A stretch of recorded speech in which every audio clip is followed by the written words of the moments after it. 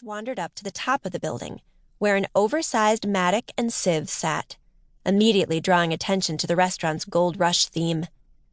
Over time, this equipment had become quite rusty, and apparently, the restaurant's owner had decided some restoration work was in order during these fine October days. A guy in overalls was working energetically on the mattock's blade. Sunshine glinted off the cleaned area, and Delta narrowed her eyes against the piercing light. Although the leaf-peeping seasonal rush was over, tourists were still pouring out of buses to explore the historic sites around town.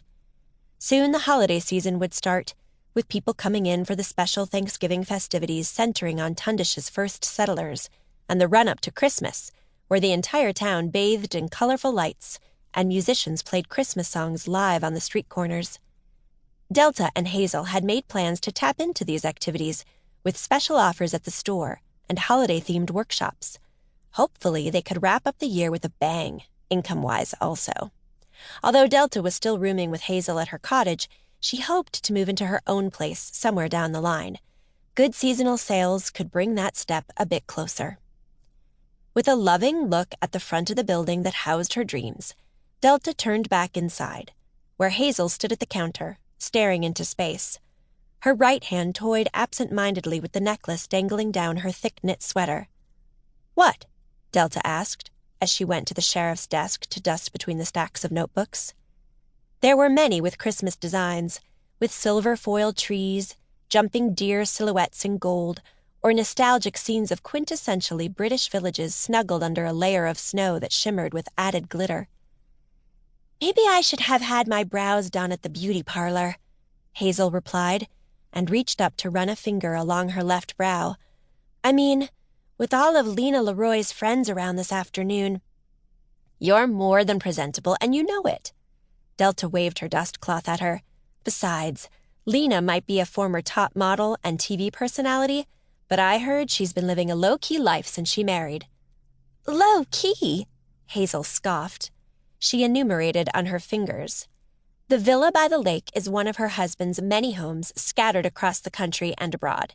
His Drake Design Company is rumored to net millions of dollars each year, restyling penthouses and country estates for the stars. He even rubs shoulders with royalty. They have a housekeeper at the villa, but still the party snacks are coming from a reputed caterer. Lena has 2 prize poodles, which a professional dog walker walks for her." Hazel rolled her eyes. "I can't imagine why she wants a card-making workshop as part of her birthday celebrations." "But she does, and she asked us to do the workshop for her. Great advertising.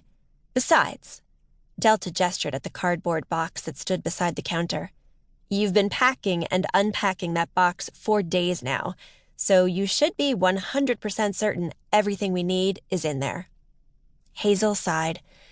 "I'm worried it won't be enough, that her posh friends will let us know we're not high-class material." "We or our cards?" Delta went over and gave her friend a hug. "Listen up. We know our craft. She hired us because she believes in us. We'll give her guests a great time." "They've probably never made a card in their lives," Hazel squeaked. "Exactly, which is why they're going to have fun." "Hello!" Through the open shop door, a tall figure appeared in an orange woolen coat with a patterned scarf around her shoulders. A bouncy Yorkie ran ahead of her, nails scratching on the floorboards. Delta squatted to pat the dog. "Hey, Nugget, how are you?" The Yorkie threw herself on her back to be patted on the stomach. When Delta rubbed her, she rolled from one side to the other, making satisfied sounds. "Yes, you like that, don't you?" Delta cooed. "You like that." "You're not bringing Nugget to the party, are you?" Hazel asked the dog's owner in a worried tone. Orpah Cassidy made a scoffing sound. "Of course not. I know she has 2 poodles. Who would chase poor Nugget around the garden? They're not properly trained at all. I saw that dog walker the other day on the path by the lake, struggling to stay in control of the leashes. It's quite a young girl, just 18, I think.